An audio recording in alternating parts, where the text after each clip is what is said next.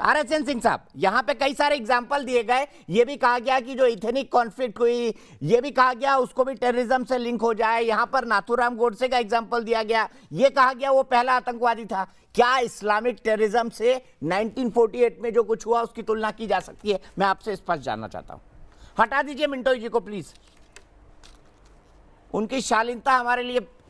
हाँ जी। नहीं, देखिए यहाँ पे जो बुनियादी जो कॉन्फ्लिक्ट है हमारे देश में नेशन बिल्डिंग को लेके, वो है कि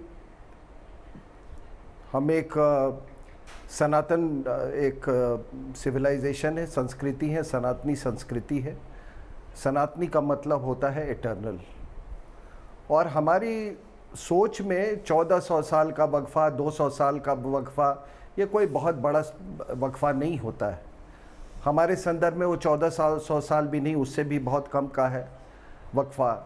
और मैं हमेशा ये सवाल हम लोगों से पूछता रहता हूँ कि अगर मान लीजिए आज 10 लाख आदमी कहें कि मैं दीन इलाही को फॉलो करता हूँ, तो क्या आप संविधान को बदल देंगे या अपने नेशन बिल्डिंग प्रोसेस को बदल देंगे?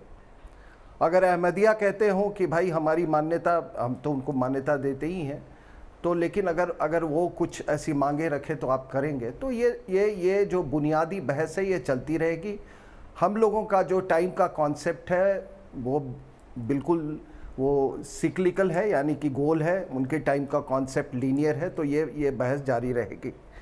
लेकिन मैं इन मुद्दों पे नहीं, जहाँ तक इतिहास की बात करती है, और मैं बड़े जिम्मेदारी के साथ आज आप पूरे हिंदुस्तान के आपको ज़रिए बुला रहा हूँ, ये बार बार जो ये लोग ये गेम खेलते हैं दलित का, ये कई मुसलमान जो वक्ता जो आते हैं यहाँ पर, बहुत दिनों से मैं देख रहा हूँ।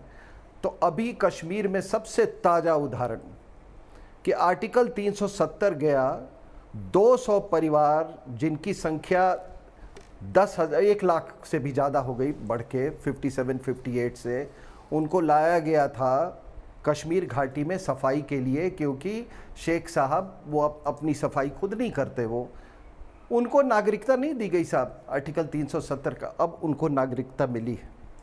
आज भी कराची में आपको मालूम है ये सफाई कर्मचारी कौन है? मुसलमान वहाँ सफाई कर्मचारी नहीं है।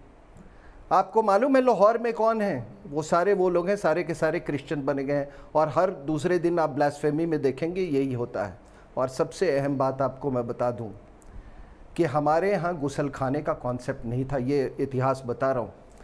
जब तुर्की लोग आए, हमारे यहाँ बहुत सोफिस्टिकेटेड ओपन मैदान में गुसल खाने होते थे, गड्ढा खोदा जाता था, भरा जाता था, और क्योंकि हमारा एग्रीकल्चरल कंट्री था।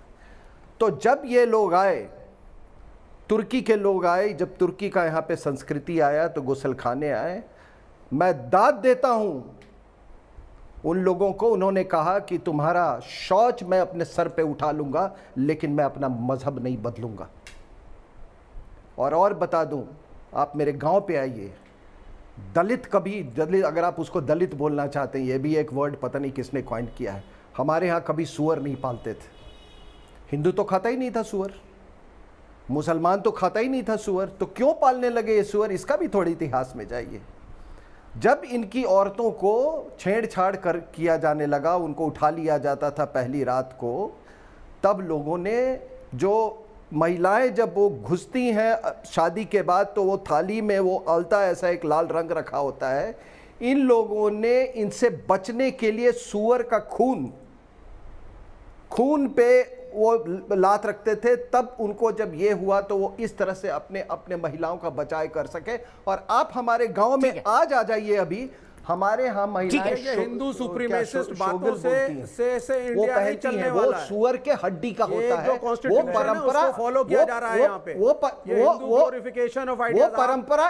आप इतना ही थे तो आपको न्योता और दावत देना चाहिए था हिंदू धर्म को बढ़ाने के लिए, आपने दिया नहीं कभी। हिंदू धर्म हमेशा रिस्ट्रिक्टिव रहा, दलितों को अपनी बराबरी का आपने नहीं माना, मंदिरों में आने नहीं दिया, पुजारी बनने का अधिकार एक ही जाति को आपको इतना दर्द है ना, आपको इतना दर्द है तो अलीगढ़ मुस्लिम यूनिवर्सिटी में,